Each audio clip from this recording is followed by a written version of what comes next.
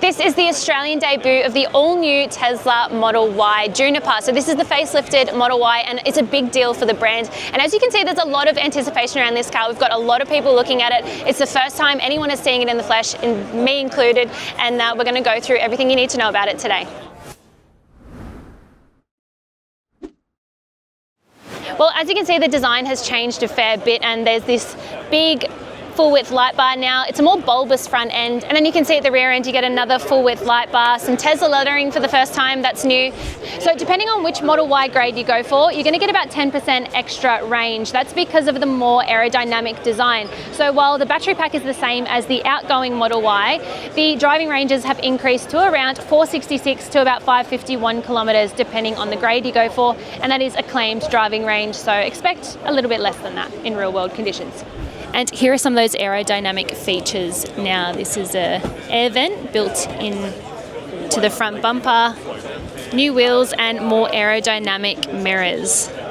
Well, Teslas are very advanced cars, we know this, and they've got a lot of tech features with them. Sentry mode, self-driving mode, and now there's even this little parking camera underneath. So this is a self-cleaning one. It's got a little washer nozzle under there. I mean, that's not really new tech, but it's new for this car, so it's interesting nonetheless. Well, inside the cabin, this is the star of the show. This is a new 15.4-inch digital touchscreen, and it's got a new processing system. So response rate is supposed to be a lot better. And I mean, I'd have to probably play with an old one side by side, but this is pretty good as far as response rate. Processing times are better, and it's, yeah, still a very minimalist cabin overall, still plenty of storage, 2 phone charging pads, but you don't get the indicators on the steering wheel like you do in the refreshed Model 3. They've kept the stalk, so anyone that doesn't like those buttons, good news for you. In terms of other storage, you've got this big bin here that goes a little further. You've got door pockets as per usual and a glove box. It feels really premium in here. These seats are really nice and cushioned. They're really comfy, pretty good for a road trip, and I reckon the leather appointed trim is really nice too. There's a big glass roof, which is standard on Teslas, but I think that it would get quite hot in summer, so you might want to invest in one of those sunshades that you can get. And look at these curved sun visors. I'm not sure if these are new, but I feel like they used to be a lot smaller, so maybe I'm wrong, but I like them. They're cool. Yeah, pretty nice cabin. Look at how spacious this rear seat is. I've got so much leg room.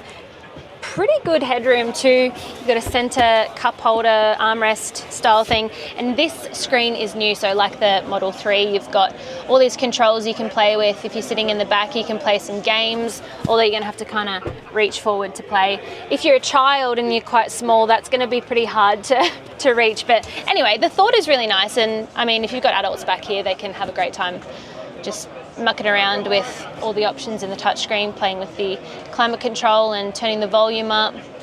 Yeah, probably deafen the driver if you want to, but I really think whether you're in the front or the back, this would be a really nice place to do a road trip and spend a bit of time. You've got plenty of glass work, you can see out, and it feels quite airy and spacious. I really like it.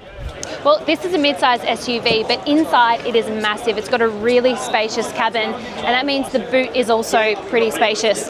This is some more storage under here, but as you can see, even without that little spot under there, look how much space you've got, and then you've got a little cargo barrier that sits up there or folds away when you're not using it. Nice and thoughtful, and then you can fold the rear seats flat. How easy is that? And look how much space there is. That's huge.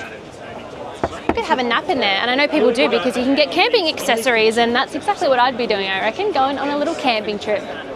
Customer deliveries begin in May for launch edition versions of the Model Y. This is one here. They start at $63,000 up to about $73,000 for the all-wheel drive long range. Now this one is a non-launch edition model, and we don't have pricing for it just yet. Expect a small price bump over the outgoing Model Y, but we'll have to wait and see.